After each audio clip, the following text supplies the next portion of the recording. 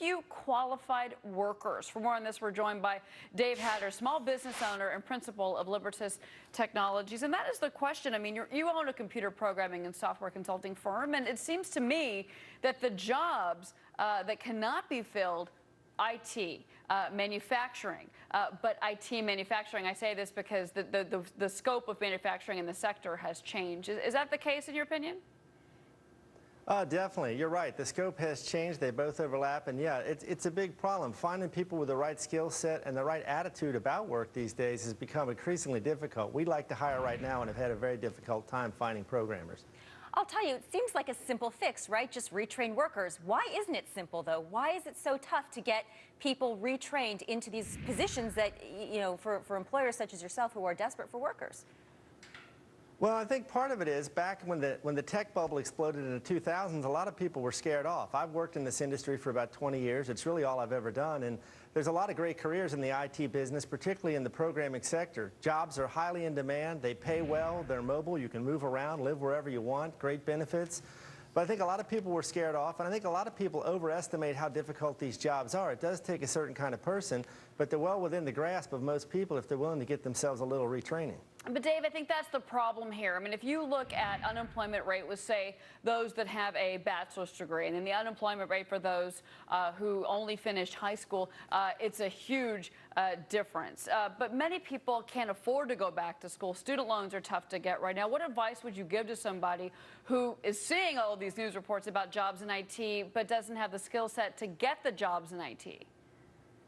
Well, I'll be honest with you. As a small business owner who's hired a lot of programmers over the years, you know, having a college degree is important, but it's really not as important as actual experience.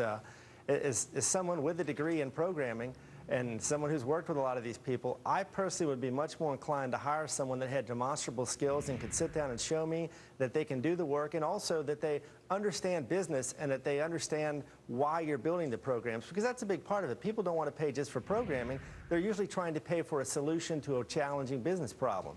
So you can get yourself some training and break in. It can be difficult. It's probably a lot easier to go through a more traditional channel, but there's lots of great community colleges out there where you can get an education for a relatively little amount of money. And, you know, that's definitely a good way for people to take a look at breaking into this field. Boy, Dave, so many people are also underwater on their mortgages. I'm talking about the weak housing market, keeping people in places they might not have a choice to move. Do you talk about that? I mean, that's got to be influencing things. Well, that's a big problem too, obviously, but that's one of the great things about this field. And especially if you're a programmer, you can often work remotely. Doesn't work for every industry, doesn't work for every job, doesn't work with every boss. But we've employed people that we've never met. They've worked in Seattle. They were out there every day. Thanks to the great technology and great, you know, high-speed internet connectivity from just about everywhere now, you can work from wherever you are. So that's another thing that's great about being able to break into this industry. It does not necessarily require that you relocate. You know, there's lots of great companies here in Cincinnati like Kroger and P&G that are looking for talent, or even small guys like us, and in many cases they'll be willing to work with you if you have the right attitude and the right aptitude. So you don't necessarily have to relocate, and again, another major benefit of this business. All right, Dave Hatter, many thanks. Of course, we'll be reporting back to you when the President meets with the Jobs Council, what they come up with. Certainly desperate for new ideas. In the meantime, here they come again. The gold bugs look to be regaining their footing. We're going to have that story for you next. You're watching Bulls and Bears.